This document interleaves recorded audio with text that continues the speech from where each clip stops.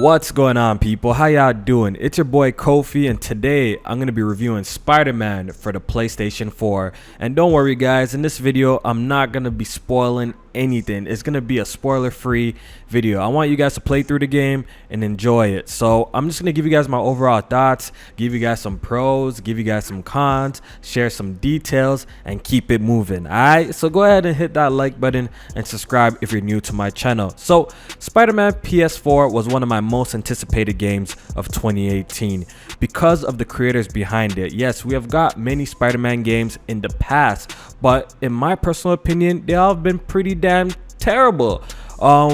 Spider-Man 2, Ultimate Spider-Man, and Shattered Dimensions are probably like the only good Spider-Man games that I've played.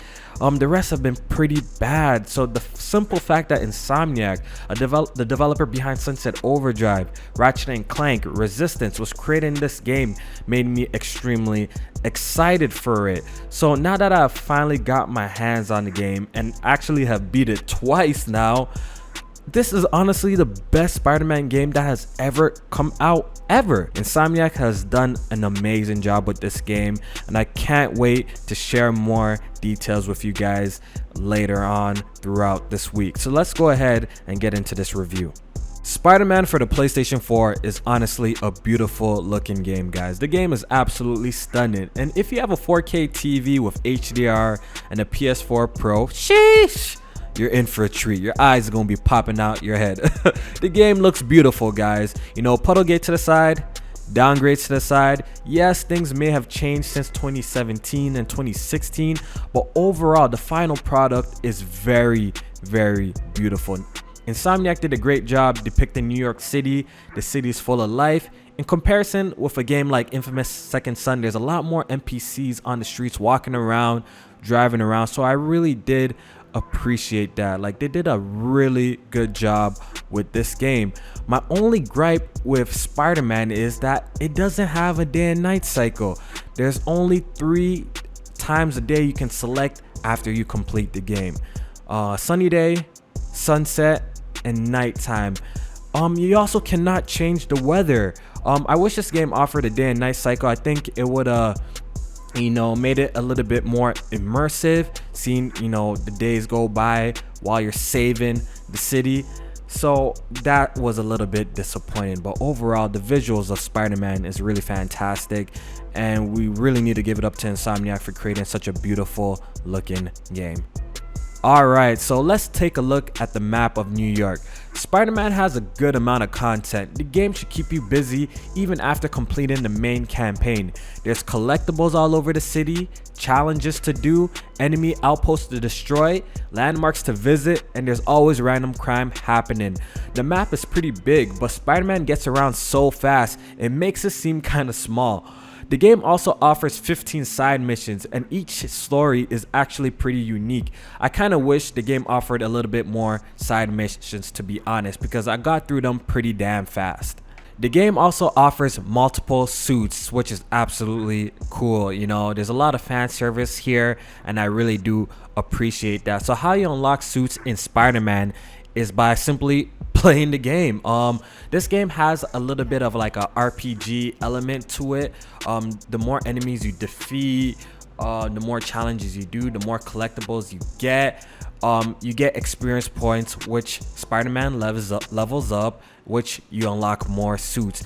And in this game, you gotta craft your suits, and how you craft suits is collecting collectibles, stopping random crime, defeating outposts, and other challenges around New York. What's cool in this game is each suit has a specific type of power, right? So if you like a certain power from another suit, you can move them around, so that's pretty awesome. There's also suit mods where you can increase Spider-Man's defense, his health, and things like that. So I'm really happy with the selection that they offered. I'm not gonna show them because I don't want to spoil anything.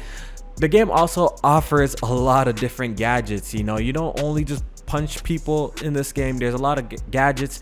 Spider-Man has web shooters, web bombs, electric web shooters, and you can also upgrade these gadgets as well.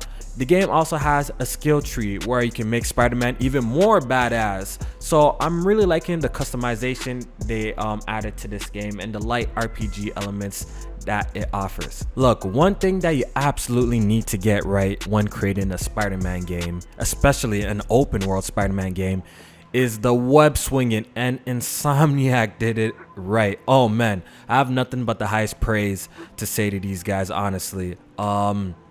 I played a little game called Sunset Overdrive, and if you played it too, you would know that the movement was extremely fun in that game. How you can chain your grinds into wall runs, into surfs. It was just so fun to move around. So that's why I was so happy when I heard that Insomniac is making a Spider-Man game, because I knew that they would get this right, and they absolutely did. You could do tricks, you could almost vault on any object, you can wall run. It's just very fluid and it's very fun to move around. The game offers a fast travel system, but I rarely use it because I rather just swing around the place. So good job on that for getting the web swinging right. If you're familiar to the Batman Arkham series, you're gonna be right at home with Spider-Man. The combat is pretty much the same.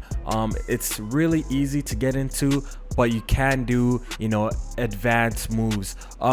My one complaint for Spider-Man as well is the game is freaking easy. I beat the game on Spectacular and I really did not have a hard time with the game at all. The game doesn't really offer too much challenge. So if you're a competent gamer, I really suggest you playing the game on Spectacular. I've heard rumors that, you know, with the day one patch, they're gonna bring ultimate difficulty, because the way it is actually a little too easy. You know, Spider-Man is so OP, he's so fast, you know, he could swing around, get away from danger so quickly. So it does make the game a little bit too easy. I barely died in my boss fights when I was playing it, only a few times on certain bosses, and they were really stupid. So I really suggest people play the game at a higher difficulty if you guys want a solid challenge, because as Spider-Man gets stronger and stronger, like he just turns into a beast. He turns to a beast, and it's the game starts to get to a little too easy even on the higher difficulties. But overall the combat is great. There's a lot of cool moves you can perform, a lot of execution style moves you can do. You can swing your enemies around, and a lot of cool, like, you know, little combos you can pull off. So overall, yeah, if you enjoy the Batman Arkham series combat, you're gonna really enjoy Spider-Man's as well. All right, I'm gonna end off this review talking about Spider-Man's story. Like I said, I'm not going to get into spoilers. All I really want to say is I enjoyed the story for the most part. Some parts were very predictable, and I feel like Insomniac showed too much of this game in the trailers, but we'll talk about that another day. Overall, it was very engaging and emotional. There are sections where you play as Mary Jane and Peter Parker. The first time around, I enjoyed these parts, not so much the second time around. They don't drag on too long, so that's a positive. So that's my review for Spider-Man, guys. I hope you guys found this review helpful, and I'll see you guys real soon. Make sure you guys hit the like button and subscribe if you're new to my channel. Would really appreciate it. Anyways, guys, see you later.